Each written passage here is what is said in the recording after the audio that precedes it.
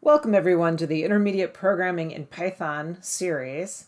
So what are you going to learn in this series? Well, what I want you to do is use the power of programming to be creative, expressive, to process data so you can answer questions, to automate and speed up tasks so you don't have to do them by hand, to create reusable and scalable programs, and to develop the skill of debugging, which is one of the most important skills to learn in programming.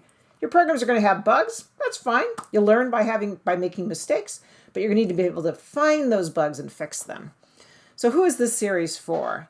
Particularly, we're for people with some prior programming experience. So you have to have had some idea what a variable, conditional, loop, and a function are. Doesn't have to be in Python.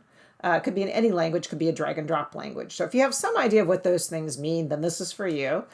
Particularly, we want people to be creative. You're going to work with others. You're going to gain a higher level understanding of Python programming, so intermediate level skill, and you're going to have a lot of fun, I hope. So hope you have a great time.